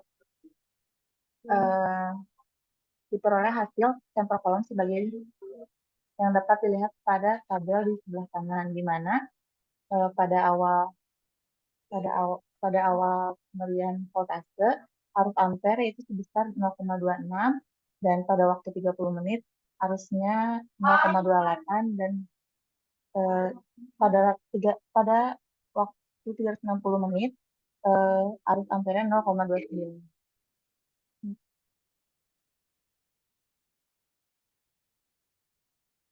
Setelah mendapatkan hasil tersebut, maka dilakukan perhitungan sebagaimana yang dijelaskan oleh rekan saya Dinar dan didapatkan hasil 6.984 nilai kolom tersebut.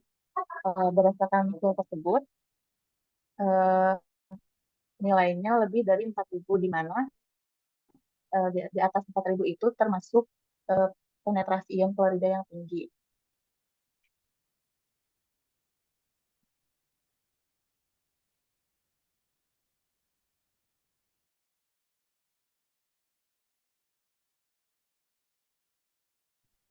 Ya, mungkin dicukupkan sekian dari kelompok kami. Apabila ada yang ingin ditanyakan atau didiskusikan, silakan.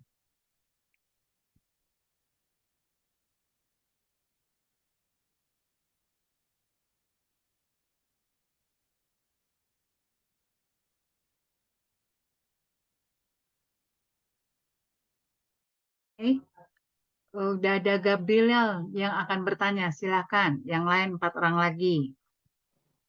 Izin bertanya untuk pengujian RCPT ini kan untuk mengetahui kerusakan yang berupa korosi bangunan.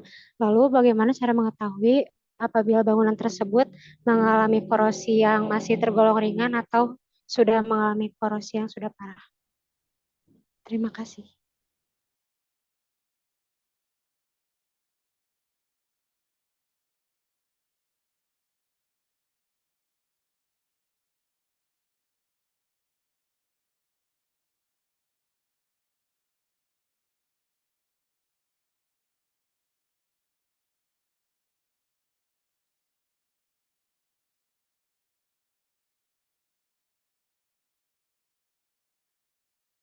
Oke, silakan Evi menyampaikan pertanyaannya.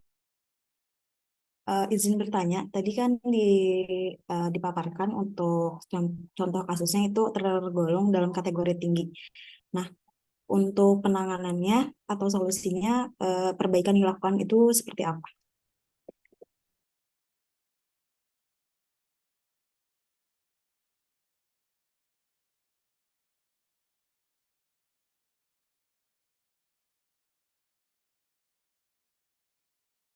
Oh, silakan tiga orang penanya lagi.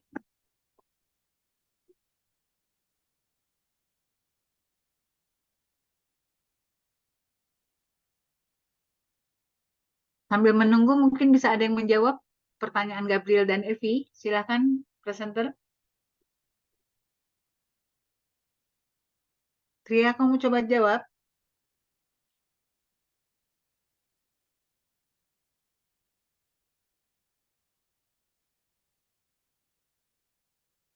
Untuk yang Gabriela mungkin sedikit ya Bu mau menjawab untuk mengetahui keadaan korosi ringan dan parah pada bangunan ya. Nah, kalau misalnya yang parah kan bisa seperti yang dicontoh itu kalau bagian yang parah. Jadi bisa terlihat kalau itu sudah terkikis. Kalau misalnya yang ringan mungkin harus ada eh, pengujian pengujian itu pengujian dulu sih Bu kalau Yang lain mungkin. Oke, silakan. Mau melengkapi silakan. Tria, maaf tadi kepotong. Saya mau izin menambahkan ya. Jadi untuk pengujian ini sendiri itu tujuannya bukan untuk mengetahui apakah si korosi itu sudah parah atau masih ringan, tapi tujuannya itu untuk mengetahui resiko untuk terjadinya korosi. Jadi dari pengujian itu kan diketahui nanti si tingkat kategori betonnya itu penetrasi kloridanya besar atau kecil. Nah, sehingga kalau misalkan si kandungannya besar, maka tingkat terjadi korosinya akan lebih besar daripada apabila si penetrasi kloridanya lebih kecil. Jadi untuk tujuannya sendiri bukan untuk mengetahui tingkat korosinya, tapi untuk mengetahui resikonya gitu, resiko untuk terjadi si korosinya. Oke, mungkin yang lain mau menambahkan.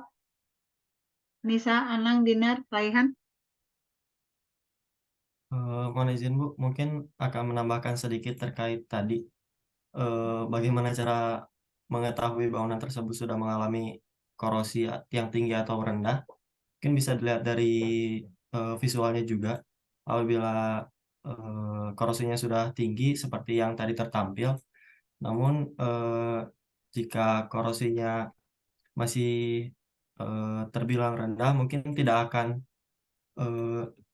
terlihat begitu signifikan dengan apa yang tadi sudah ditampilkan gambarnya. Mungkin gitu, Bu.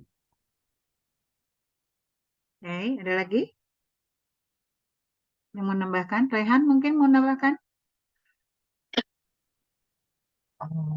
Iya Bu, tadi hampir sama Bu. Jadi melihat Raihan mau dari menambahkan yang mana? Mau menjawab yang mana? mau coba jawab yang heavy aja, Oke. yang beton yang mengalami korosi. Salah satu caranya itu adalah dengan menambah seluruh beton. Ini adalah untuk mencegah terjadinya korosi yang diakibatkan oleh material ion klorida. Ini untuk mengurangi tingkat resiko dari terjadinya korosi pada beton. Mungkin itu salah satu untuk penanganan dari beton agar tidak mengalami korosi yang cukup besar. Mungkin cukup untuk salah satu penanganannya. Oke. Ini ada penanya baru, Muhammad Saiful. Silakan Muhammad Saiful untuk menyampaikan pertanyaannya. Ya, terima kasih Bu. Sebelumnya izin bertanya sedikit ya terkait pengujian klorida. Nah, itu kan yang diambil kasusnya kan pada material beton ya. Nah, yang ingin saya tanyakan apabila dengan material yang lain seperti aspal, karena kan saya lihat dari cara pengujiannya seperti coring ya, dan seperti coring tersebut. Nah, itu apakah pada aspal juga benda uji aspal itu bisa digunakan atau tidak gitu. Kalau tidak kenapa? Kalau bisa seperti apa juga? Terima kasih.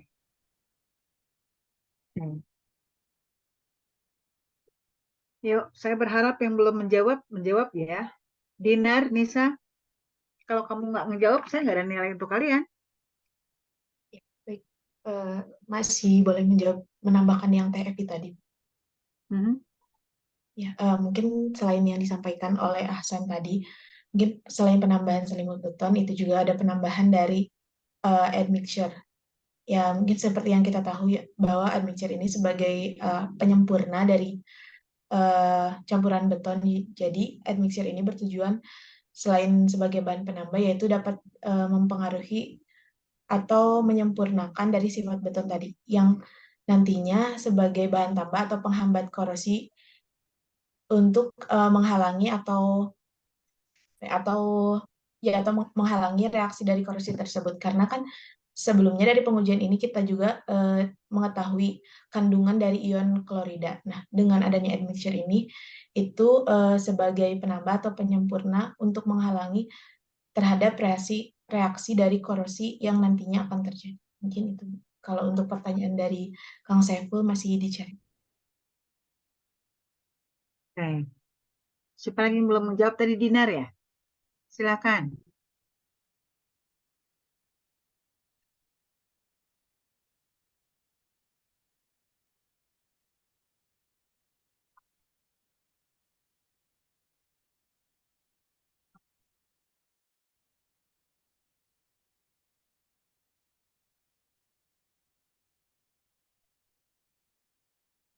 Yuk, Dinar bisa menambahkan?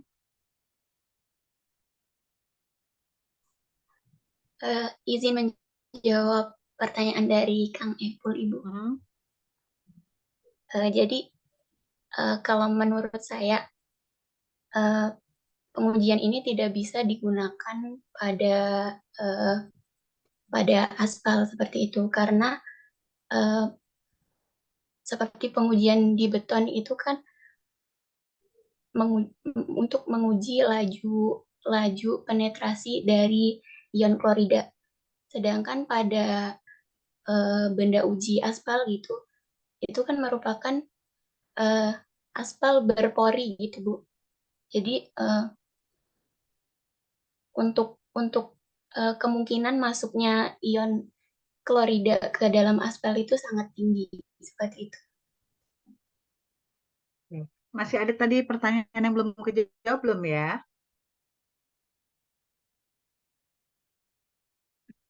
Masih ada yang belum terjawab belum? Yang jawaban Gabriel sama Evi walaupun agak sama, tapi sudah terjawab belum? Gabriel sama Evi sudah cukup jawabannya? Sama Saiful juga tadi terakhir udah dijawab ya belum? Sudah, Bu. Sudah, oke. Gabriel sama Evi sudah cukup jawabannya atau masih penasaran? Sudah. Sudah, oke. Dari presenter ada tambahan? Oke, kalau tidak kita kasih plus untuk mereka. Yuk. Oke, terakhir kita lanjut dengan kelompok terakhir ya. Sebelumnya yang kelompok 2 apakah sudah bisa menjawab yang tadi tertunda atau selesaikan sampai kelompok 4? Kelompok 2 sudah bisa menjawab pertanyaannya tadi? Mana nih kelompok 2? Sudah, Bu. Sudah, silakan. Silakan kalau mau menjawab dulu silakan sekarang. Yuk, kelompok 2 itu Sugiharto untuk menjawab pertanyaan siapa tadi? Salman, Raffi, Meliana, sama Nisa. Yang mana yang tadi belum dijawab? Yuk, silakan. Silakan Sugiharto.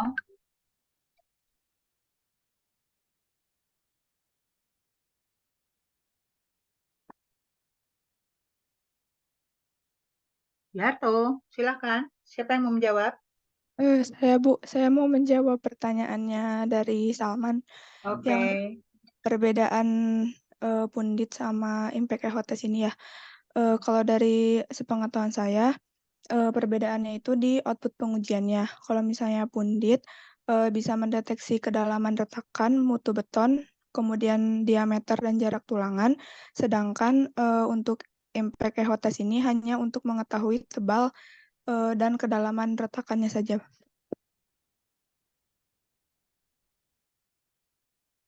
Izin menambahkan juga, Bu. Jadi Ya. kalau didapat dari hasil nyari gitu di internet mengenai impact echo test, itu kalau di Indonesia kayaknya masih jarang, karena lebih banyaknya gitu di Indonesia itu lebih menggunakan pakai undip gitu. Karena kalau dilihat dari tujuan si alat juga kurang lebih sama antara impact echo test sama pundit. Jadi pasti banyak yang milihnya ke pundit, dan dilihat dari harga juga pas di search harganya lebih mahal impact gitu, impact echo test dibanding pundit.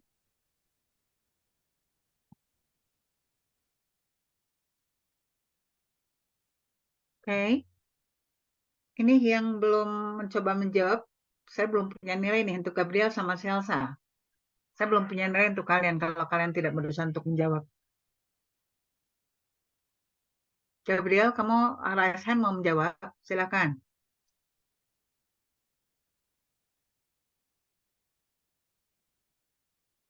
Izin menjawab, Bu. Ya. Izin menjawab pertanyaan yang Nisa tadi. Ya, silakan. Pertanyaannya, pada hasil pengujian yang tidak valid, faktor apa saja yang mempengaruhi hasil perhitungan hasil tersebut karena tidak valid? Jawabannya itu yang pertama karena tempat ujinya kotor atau harus dibersihkan terlebih dahulu dari debu-debu atau kerikil. Lalu selanjutnya, yang kedua yaitu tidak ada aktivitas di dekat alat uji tersebut. Yang ketiga yaitu alat pengujian tidak stabil saat pengujian, dan yang terakhir yaitu lokasi pengujian harus jauh dari ujung plat. Seperti itu, Bu, untuk jawabannya. Yang bertanya sudah cukup terjawab belum ya? Pertanyaan jawaban Gabriel. Selsa, silakan menambahkan, Selsa. Kalau kamu mau nilai, kamu harus tambahkan. Kalau enggak, saya nggak punya nilai untuk kamu.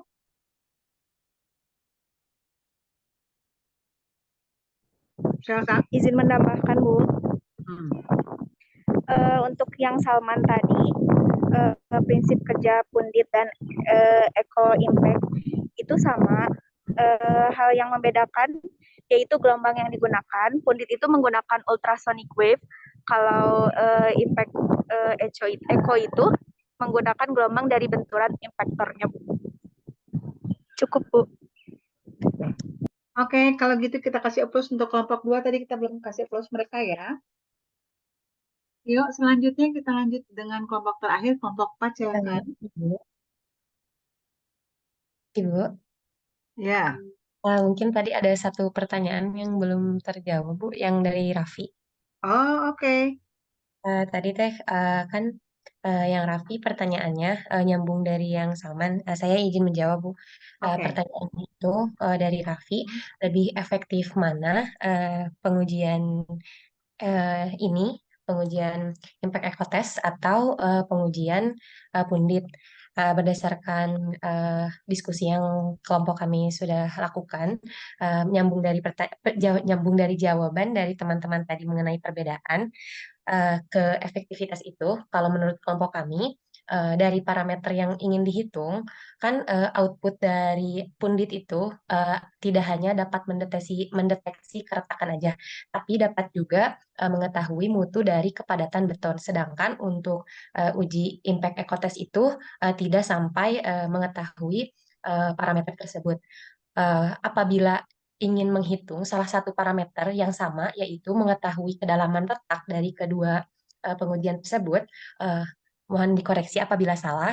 Kami mencari referensi itu, belum ada penelitian khusus mengenai lebih efektif mana metode pundit, apakah impact echo test. Namun dari output yang dihasilkan dari kedua pengujian ini sama, yaitu dapat mendeteksi keretakan pada beton itu di mana. Mungkin untuk melakukan pengujian bisa dipilih salah satu.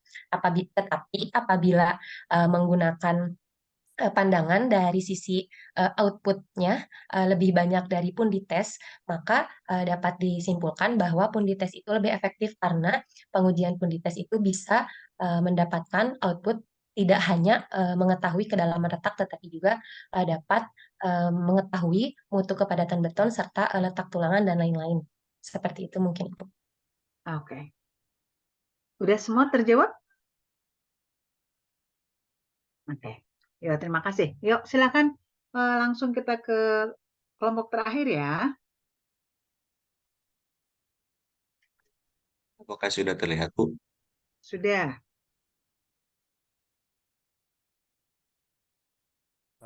Baik. Assalamualaikum warahmatullahi wabarakatuh. Selamat siang, Ibu dan rekan-rekan sekalian. Pada kesempatan kali ini, kami dari kelompok 4 yang beranggotakan saya, Safli Fadwimar Afgiano, dan rekan-rekan saya, terdiri dari Arik Ibnu Rifaldi, Evi Siti Mariam, Meliana Rizky, Muhammad Saiful Anwar, dan Yuda Prawira, akan menjelaskan salah satu metode forensik gedung, yaitu identifikasi voids pada beton dengan alat Ground Penetrating Radar atau GPR. Next. Penjelasan ini sendiri terdiri dari pendahuluan dan penjelasan alat, penjelasan pengujian, metode pengujian, olah data pengujian, dan kesimpulan. Untuk pendahuluan dan penjelasan alat akan dijelaskan oleh TFI. Standar acuan untuk pengujian ini yaitu menggunakan ASTM D64311, standar gate for using the surface ground penetrating radar method for subsurface investigation. Void atau honeycomb pada beton. Beton sendiri adalah campuran homogen dengan perbandingan tertentu antara semen, agregat kasar, agregat halus, air, dan bahan campuran tertentu lainnya yang dianggap perlu. Void atau honeycomb terjadi disebabkan beberapa kemungkinan, seperti jarak tulang yang terlalu dekat atau terlalu rapat, kurang dari ukuran agregat kasar, kurangnya material agregat halus dalam campuran beton, terjadi kebocoran backcasting selama proses konstruksi, pelaksanaan pemadatan yang kurang baik, dan segregasi. Dalam kondisi ekstrim, adanya void atau honeycomb pada beton dikhawatirkan dapat mengakibatkan kerusakan struktural. Salah satu cara untuk mendeteksi adanya void atau honeycomb pada beton dapat menggunakan salah satu metode geofisika, yaitu Ground Penetrating Radar atau GPR, atau bisa disebut juga dengan georadar. Pengujian ini termasuk dalam metode non-destructive test atau NDT atau yang tidak merusak. GPR ini memanfaatkan gelombang elektromagnetik dalam spektrum gelombang radio yang mempunyai rentang frekuensi antara 10 sampai 2600 MHz untuk mengetahui keadaan di bawah permukaan. Alatnya seperti di samping. Ada berbagai bentuknya juga. Berbeda tapi sama alatnya, fungsinya sama. Next. Seperti dilihat pada gambar, semakin besar frekuensi, maka semakin kecil gelombang yang dihasilkan dan semakin tinggi resolusinya, dan semakin rendah juga penetrasinya, maksimal itu hingga 5 meter. Unit GPR dengan frekuensi tinggi dapat digunakan untuk profiling bituminous atau untuk tambang dan batu bara, jalan beton, tata lantai, dinding, jembatan beton, dan utilitas seperti pipa dan kabel, dan struktur lainnya. Kemudian untuk semakin rendahnya frekuensi yang digunakan, maka semakin rendah resolusinya dan semakin dalam penetrasinya hingga mencapai 80 meter. Unit GPR dengan frekuensi rendah dapat digunakan untuk mendeteksi jalan umum di bawah permukaan, seperti lokasi mata air tanah, kedalaman bedrock, struktur sedimen bawah permukaan, dan untuk penelitian seperti geoteknik, geologi, dan arkeologi. Seperti ini, untuk penggunaan frekuensi alatnya semakin rendah frekuensi yang digunakan, maka semakin dalam penetrasinya, dan sebaliknya semakin tinggi frekuensi yang digunakan, maka semakin rendah atau semakin dangkal penetrasinya. Penggunaan Ground Penetrating Radar pada pengujian beton dapat menemukan dan memetakan tulangan baja yang tertanam, kemudian memprediksi ketebalan elemen beton, dan menemukan potensi cacat dan rongga seperti area yang mengalami delaminasi. Komponen sistem GPR ini terdiri dari beberapa bagian, yaitu unit kontrol, antena pengirim atau transmitter, antena penerima atau receiver, power source, baterai, penyimpanan data yang sesuai dan peralatan display serta geolocator. Geolocator ini ada yang langsung geolocator ini alatnya ada yang langsung terpasang satu paket atau satu set dengan yang lainnya, ada juga yang harus dihubungkan secara eksternal dengan menghubungkan GPS menggunakan WiFi ataupun Bluetooth. Next. Seperti ini contoh output dari GPR. Output GPR yang dihasilkan oleh output yang dihasilkan oleh alat GPR kemudian akan diproses atau diolah menggunakan bantuan software untuk menginterpretasikan data yang sudah didapatkan. Seperti ini gambarnya terlihat outputnya itu jika ada void bakal ada ruang kosong seperti itu, seperti ada udara dan juga dari anomalinya tidak terlalu jelas dan juga berbeda dari sekitarnya. Next. Penjelasan selanjutnya akan disampaikan oleh Safli. Baik, selanjutnya mengenai penjelasan dari pengujian menggunakan GPR ini. Metode GPR dapat memberikan informasi mengenai posisi, jarak, dan kedalaman voids pada beton yang terrefleksikan pada radargram atau unit display. Void akan terdeteksi dengan tampilan reflektivitas yang terlihat jelas ataupun pudar. Hal ini dikarenakan dalam void itu terisi udara yang terjebak pada beton tersebut, sehingga memang hasil dari pengujian GPR ini harus diolah lebih lanjut menggunakan bantuan software. Next. Untuk selanjutnya, komponen-komponen pada GPR sebelumnya sudah dijelaskan. Komponen utamanya terdiri dari control unit yang mengendalikan antena receiver dan transmitter, unit storage ataupun unit display yang terhubung dengan power supply untuk operasi listrik DC. Pada saat ini biasanya komponen-komponen yang kompleks ini sudah dapat disederhanakan. Salah satu contohnya adalah jenis GPR yang terlihat pada gambar di sebelah kanan bawah pada slide berikut. Yang ini merupakan contoh dari alat GPR berbentuk seperti alat pemotong rumput yang dioperasikan dengan cara didorong. Selain ini juga ada alat GPR yang berbentuk seperti setrika yang cukup digenggam dalam pengoperasiannya. Nanti akan dijelaskan oleh rekan saya yang lain. Next. Prinsip kerja dari GPR ini sendiri umumnya mengandalkan dari refleksi gelombang elektromagnetik. Gelombang elektromagnetik itu dipancarkan oleh antena transmitter yang selanjutnya akan diterima oleh antena receiver.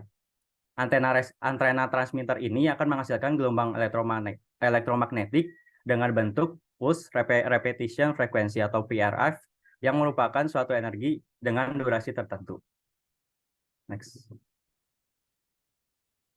Berikut merupakan parameter-parameter fisika dari alat GPR. Jadi dalam pengoperasiannya, alat GPR ini memiliki parameter-parameter fisika yang berbeda antara material-material ataupun benda-benda yang berbeda. Penting untuk mengetahui besarnya nilai baik itu dari konstanta dielektrik maupun kecepatan gelombang elektromagnetiknya untuk menginterpretasikan material atau benda apakah yang terpindai oleh alat GPR ini. Nanti karena konstanta dielektrik dan kecepatan gelombang elektromagnetik yang berbeda-beda pula, maka gelombang yang dihasilkan oleh material yang berbeda akan terlihat berbeda. Next. Untuk selanjutnya metode pengujian akan dijelaskan oleh rekan saya. Baik, selanjutnya untuk metode pengujian. Di sini kami mengambil beberapa contoh alat GPR, salah satunya ada Leica DSX. Jadi alat ini adalah salah satu alat GPR antena tunggal yang memiliki frekuensi hingga 600 MHz. Alat ini memiliki perangkat lunak yang mudah diikuti, yang dirancang untuk menemukan dan menandai utilitas bawah tanah. Nah, pada contoh metode pengujian ini memang dilakukan pada area lahan ya di tanah. Tapi alat ini juga bisa digunakan untuk struktur beton seperti pelat. Untuk metode pengujian pada alat ini dilakukan dengan beberapa langkah sebagai berikut. Yang pertama, buat grid dengan jarak 1,5 feet atau sekitar 45 cm pada area permukaan yang akan dilakukan pengujian. Dapat dilihat pada gambar sebelah kiri. Jadi dibuat garis-garis dengan jarak tertentu, kemudian ditandai menggunakan cat semprot.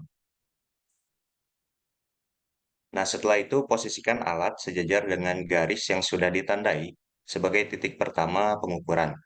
Nah, di sini bisa dilihat di gambar paling kiri, itu di mana di alatnya itu ada marking warna merah yang harus kita sejajarkan dengan grid yang tadi sudah dibuat. Kemudian setelah itu beralih ke layar monitor alat ini untuk membuat proyek baru dengan memilih menu grid scan, kemudian lengkapi data-data lainnya. Setelah itu masukkan data ukuran gridnya. Kemudian pilih Go to Acquisition dan pilih Start Scan.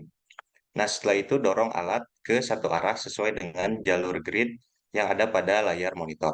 Dapat dilihat pada gambar paling kiri. Di situ terlihat posisi alatnya dan alat ini didorong ke depan, kemudian kembali ke belakang dengan arah yang sama. Dapat dilihat pada gambar yang paling kanan. Hingga jalur ini dilewati semua. Setelah selesai pada arah X, dorong alat ke arah Y. Hingga semua grid pada layar monitor dideteksi oleh alat. Setelah scanning selesai, maka alat akan menampilkan gelombang hasil pengukuran pada area tersebut. Dapat dilihat pada gambar sebelah kanan, di mana di sini terdapat gelombang. Pada contoh ini memang di sini dilakukan pengujian untuk mengetahui utilitas di bawah tanah ini. Dan di monitor ini bisa diatur untuk gelombang yang ditampilkan berdasarkan kedalamannya dengan mengatur slide-nya. Nah, selain itu di sini juga ada beberapa contoh output hasil alat ini. Untuk gambar yang atas ini merupakan pengujian untuk aspal. Di sini dapat terlihat untuk gelombangnya, di mana ada lapisan aspal, kemudian konkrit atau beton, dan subbase dengan kedalaman tertentu. Kemudian untuk gambar yang bawah ini adalah pengujian yang dilakukan pada plat beton, di mana di sini terdapat beberapa lapisan, ada surface, top rebar, dan bottom of slab. Selanjutnya akan dijelaskan oleh Meliana. Selanjutnya dengan contoh alat yang digunakan yaitu menggunakan portable GPR Prosec GP8000. Jenis ini difungsikan untuk men-scanning beton struktural seperti kolom dan shear wall karena ini dapat digunakan secara vertikal. Dengan tipe gelombang alat ini yaitu continue dan dapat mendeteksi suatu benda atau void di dalam beton. Selanjutnya, cara pengujian menggunakan alat ini yang pertama, benda tersebut dinyalakan dengan yang dilingkari merah.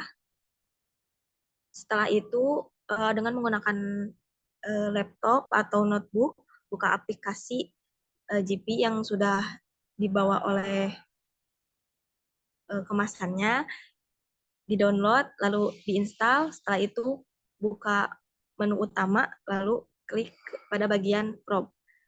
Setelah itu, koneksikan sambungan alat tadi dengan aplikasi ini melalui Wi-Fi. Jika menggunakan Wi-Fi, itu dalam alat itu terdapat nomor serial kode Wi-Fi. Selain itu, jika langsung menggunakan scan QR kode, bisa digunakan. Lalu selanjutnya, setelah terkoneksi notebook dengan alat tadi, kembali ke halaman utama, lalu tekan create new atau membuat pengujian baru. Lalu sebelum digunakannya scanning, pada lingkaran merah yang dari nomor 5 itu, tombol hijau, dimasukkanlah data-data seperti grid yang akan digunakan. Nah, di sini ada dua pilihan metode scanning. Yang pertama, line scan. Line scan itu scanning dengan hanya segaris, jadi titik awal ke titik akhir pendorong alat. Yang kedua, area scan dengan menggunakan grid seperti pengujian yang sebelumnya, namun ini pada portable alat. Lalu selanjutnya,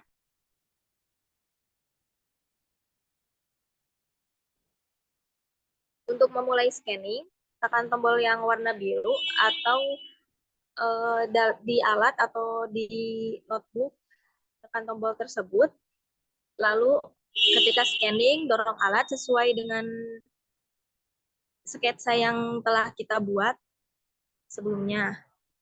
Setelah itu, di notebook akan menampilkan layar hasil scanningnya dan dapat diatur dengan cara swipe layar, ini tipe monokrom atau tipe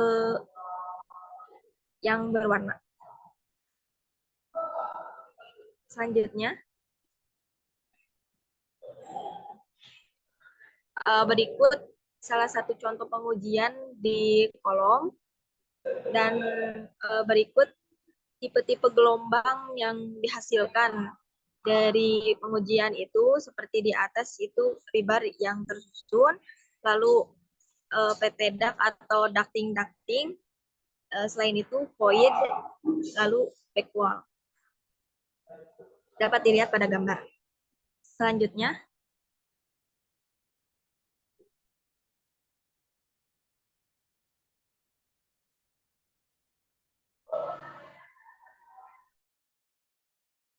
Baik, selanjutnya yaitu terkait olah data ya. Next.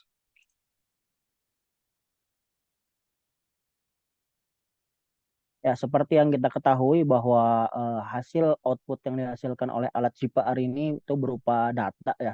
Jadi tidak bisa langsung diolah dari alat tersebut, jadi harus direpresentasikan lagi menggunakan software. Nah, ini salah satu contoh pengujian ya. Untuk spesifikasi alatnya itu tipenya menggunakan GPR UTS elektronik, frekuensinya 250 MHz, jangkauannya itu 1 sampai 1,5 meter. Lokasi pengujiannya sendiri yaitu pada dermaga pelabuhan Kalimantan Timur. Next. Nah, jadi berdasarkan data GPR yang sudah didapatkan di lapangan, selanjutnya kita lakukan representasi data menggunakan software. Nah, di sini software yang dipakai yaitu software Reflex 8.22. Jadi software ini yang bisa mengolah data hasil dari GPR tersebut. Untuk stepnya, yang pertama yaitu input data. Jadi kita masukkan, yang pertama klik dulu file, terus import, terus masukkan nilai sesuai Gumarnya gangguan wifi cina. Jadi dilanjut minggu depan aja. Plus satu kelompok lagi. Kagok tapi ya. Hello yang mah. Jangan kecewa gitu atuh, Pul.